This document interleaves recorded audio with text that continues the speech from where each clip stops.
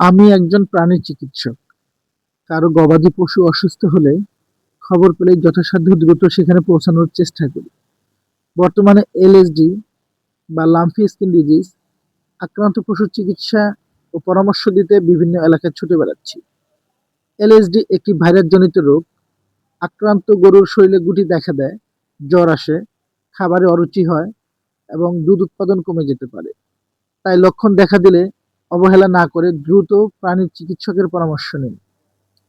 কিছু গুরুত্বপূর্ণ পরামর্শ: আক্রান্ত পশুকে আলাদা রাখুন, মাছি, মশা ও অন্যান্য পোকামাকড় দমন করুন, গোয়ালঘর পরিষ্কার পরিচ্ছন্ন রাখুন, পর্যাপ্ত পানি ও পুষ্টিকর খাবার দিন, নিজে ওষুধ প্রয়োগ না করে বিশেষজ্ঞের পরামর্শ নিন, সরকারি নির্দেশনা অনুযায়ী টিকাদান কর্মসূচিতে অংশ নিন।